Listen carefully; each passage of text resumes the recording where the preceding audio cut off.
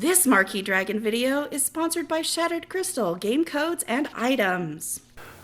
Hello, Marquee Dragon, also known as Marcus Eikenberry in real life, and this is part 2 of my road trip. I'm answering questions from Nicholas Patterson, and Nicholas is he's working on his Ph.D. in virtual property theft, and out of Deakin University in Australia. So he's presented me with several questions, and this is the second one, and let's get to it. So Nicholas wants to know whether or not I collected any virtual property in my online playing. Oh my goodness, let me tell you. So not only did I collect a lot of virtual property, I collected an enormous amount. I at one time had 11 accounts on Ultima Online with every character full, because each one of them could hold so many items. Each one could own a house, or each account could own a house. And so we'd have like castles or keeps, and we had all of those full of stuff. So I had a crap load of stuff. So much stuff that we had to keep spreadsheets for keeping inventory to know what items were on what person, and we would commonly use certain people, we would name them certain ways so that we knew by their name on their server what kind of items they carried. That's how in-depth we got into it. So I also ran a mall in Ultima Online for several years. And this mall was at some crossroads. And if I remember right, it was out near the Dungeon Covetous.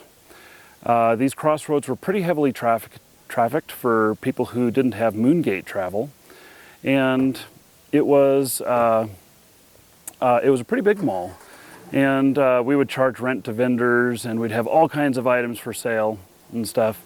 In fact, speaking of virtual property theft, let me tell you about the time when I got caught, and not stealing anything, but I got caught restocking the store by a whole bunch of thieves.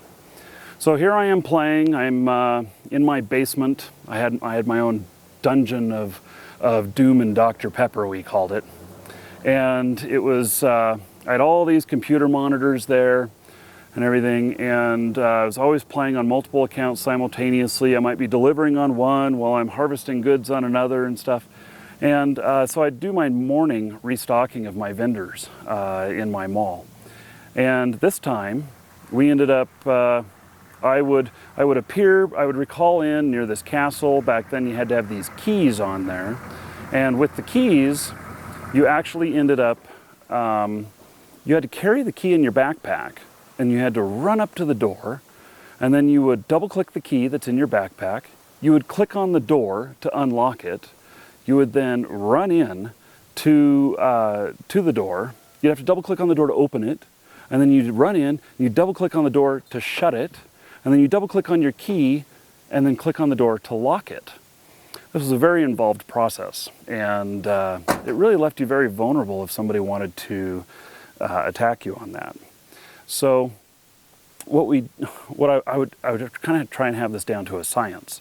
And so I would appear in this place where you couldn't really see me, and then I would run up and just as fast as I could get inside the door, and I would never open the door to get back out. I would always recall out to another location. And anyway, this time I'm standing there and these boxes start appearing around me. And I'm like, oh no. So these boxes were from people who were hidden right there by the stairs, and they'd place the boxes around you so you couldn't run away, because you couldn't run through the boxes. And so as soon as they got boxes around me, they started attacking me. Them attacking me interrupted my unlocking of the door and opening it. But they didn't start attacking me until I had already had the door unlocked. And so, anyway, they killed me right there on the spot. And I remember I was so mad that when this happened, because they got me, and I can't believe what's going on. And the next thing I know, I see one of them run into the house and open up a gate right inside my house. This is my storage house. It has, I don't know, millions of gold worth of goods. And so this gate opens up, and I'm thinking, oh, they're just gonna run through the gate and then come back in or something like that. Nope. They had this very well planned out, because all these people started streaming into my house from the gate. and they all started picking up as much as they could and running back through the gate. This was a very coordinated effort on getting me. And when I saw this, I was so mad that I slammed my mouse down. This was back in the days when mice had balls, and when I did that, it totally crushed the whole mechanism inside the mouse, and my hand hurt really bad and stuff, and I was quite angry from this. And I pick up the mouse because when I'm trying to roll it, it's not going, it's scraping across my mouse pad. And so I pick it up, and there's the ball and some gears there on my mouse pad. And so anyway, that this is also back in the day of where you had a PS2 or a serial mouse, and you couldn't just unplug it and plug another one in and use another mouse. So I was totally screwed. I was going to have to reboot my computer to initialize a new mouse. So I got on my other machine, called out on ICQ back then, is what we used, and I called all my friends, and they came and guarded the house and started killing everybody. It was really great. It was quite glorious. I watched them as they did this, as they brought in all their dragons and everything and set up a barrier around the house and defended the house against all the other intruders until I could go get a new key made, because they got my key. So, you know, I guess that's just my story on virtual property theft. So, but that wasn't theft in real life. That was all part of the game. And so it was actually fine because it was part of the gameplay. How much time we got? 4 more minutes. Okay. Huh? 5. Okay.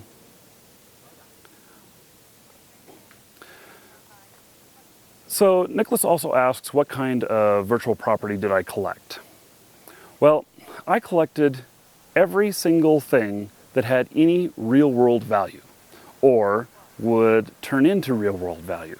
And so real-world value to me is described as I can sell it on eBay or someplace else for dollars, US dollars. So that could include accounts, that could include characters on the accounts. In Ultima Online, there was houses. Most games don't have houses, but I did a lot of sales in houses. And then with like my item malls and everything, it actually, those all produced gold for me, and they produced a lot of gold. Back then when I was doing the item mall, I think we were selling gold for, I don't know, $40 or $50 per million gold. And I could make, in my mall, I could probably generate about 20 million gold a day. And so, you know, let's just say it was 40 bucks times 20 million, you do the math. It's a lot of money. And I did make a lot of money on sales back then. So, for another example, for say World of Warcraft, it was just purely gold and accounts. So the items were, they did a much better job of the bind on equipped. And so the really valuable items, typically you wouldn't have those available for sale.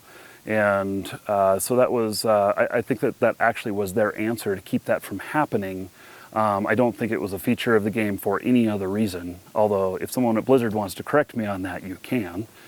The other games, you know, here's an interesting fact, which is gold farmers these days don't really look at free-to-play games because they haven't figured out how to monetize them, because the game company, game publisher is already doing it.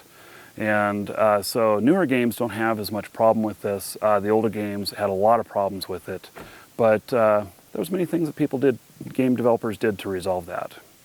Anyway, from the Grand Canyon, I'm Marcus Eichenberry, and we'll see where we end up next in part 3.